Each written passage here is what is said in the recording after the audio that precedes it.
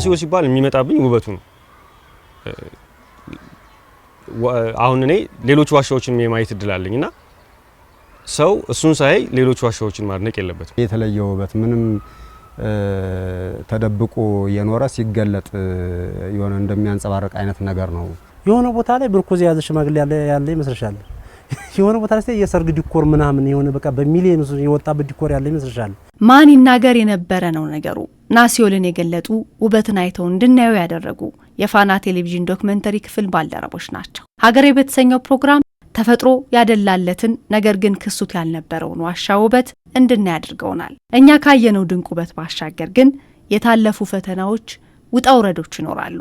እኛ ያንን ርቀት መጓዛችን በተለይ ብዙዎቹ ሚዲያዎች እኛ ከመሄዳችን በፊት 200 ሜትር ላይ የተመለሱት እኛ ተጨማሪ 300 ሜትር ወደ ውስጥ ተጉዘናል ማለት ነውና በተጓዝን ቁጥር የተለየ ውበት በጣም የሚያስደንቁ ነገሮችን ተጨማሪ ማብራሪያዎችን ከናስር ከአስጎብኛችንና የዋሻ ተመራማሪው እናገኝ ነበርና በጣም ኤክሳይቲንግ ነበር። ከጠበቅኩት በላይ ነበር ውስጥ ስገባ እየገጠመኝና እዚህ ሀገር ውስጥ እንደዚህ አይነት ነገር እያለ እስካሁን ድረስ እንዴት አልታወቀም የሚል አይነት ስሜት ነበር ይመላለስብኝ የነበረው። ውስጥ እየተጓዝኩኝ አስብ የነበረው እሱ ነበር። ቦታው ገደላማ ነው። የተመቻቸ ቦታ አለ። እንኳን አለምና ትራይፖድ የምታቆሚበት በእግራችን ለመቆም እንቸገራለን። እያንዳንዱ ምስል ከኢንተርቪው ውጭ በእጅ ነው የተሰራው። በዛ ድካም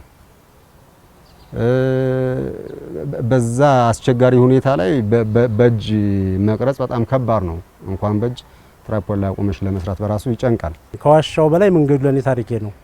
የትም ሀገር ዞር ያለው በሹፍርና ብዙ ሰርቻለሁ። እንደዛ ግን የፈተነ መንገድ ያለ አይመስለኝም። ፈተናው ግን መጨረሻው ውጤቱ ግን ደስ ብሎኛል።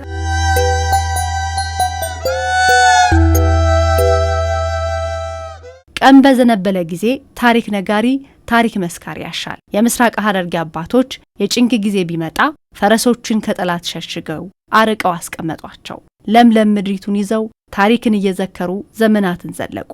የቁንዶዶ ፈረሶች እኛ በውጊያው ብንወድቅ ብንቀር ታሪካችን ጠፍቶ አይቀር ከሚል መነሾ እንደሆነ የዚህ አካባቢ ሀገር ሽማግሌዎች እና አዋቂዎች ገልጸውልናል።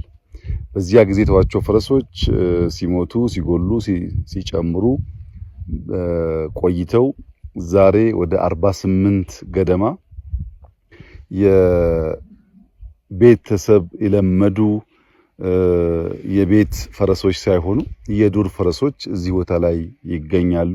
3000 ሜትር ከፍታ ባለው ቦታ መሃል ላይ ውሃ አለ፣ ኩሬ አለ። እንግዲህ ተፈጥሮ በዚህ አይነት መልኩ ለፈረሶቹ አመቻችቷል ማለት ነው። እኔ በጣም አግራሞት የፈጠረብኝ እሱ ነው።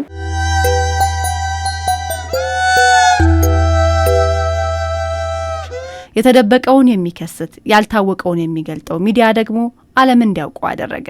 የፋና ሚዲያ ኮርፖሬሽን የቋንቋዎች ዘርፍ ዳይሬክተር አዲስ ታምራት በአንድ ወቅት ሴትነቷ ሳይበግራት የቁንዶዶ ተራራን ወጥታ የቁንዶዶ ፈረሶችን አይታ ያሳየችበትን ሁነት እንዴት አነሳለች። መክፈል ያለብንን ዋጋ ከፍለን ጀመር ነው።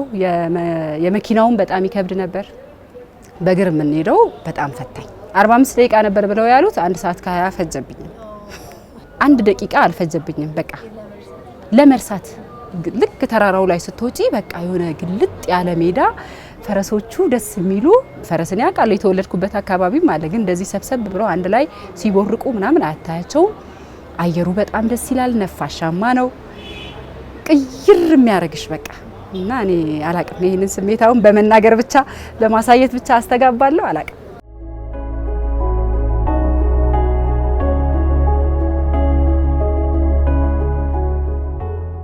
በርካታ ስራዎች ተሰርተዋል።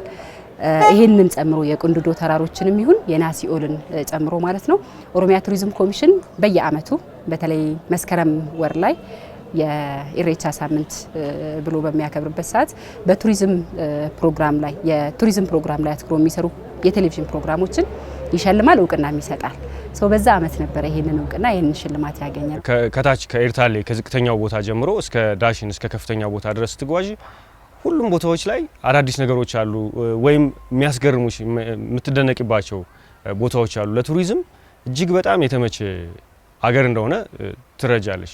እና እኔ አሁን በተለያዩ አጋጣሚዎች በስራ አጋጣሚ በተለይ የማየት እድሉ አለኝና በሄድኩበት ቦታ ሁሉ ብዙ የሚያስደንቁኝ ነገር ነው የምመለከተው። ማለት አንዳንዶቹ ልክ እንደ ናሲዮል ዋሻ ከአእምሮም በላይ የሆኑ ናቸው። አለ ወይ ይሄ ነገር ኢትዮጵያ ውስጥ አለ ወይ የምትዩ ለምን እንዳልተነገረለት የምትደነቂበት ምንድነው የተፈጠረው የምትይበት ለምንድነው ብዙ ጎብኚዎች ወደ ኢትዮጵያ የማይመጡ ብለሽ እንድጠይቂ የሚያደርጉ ናቸው።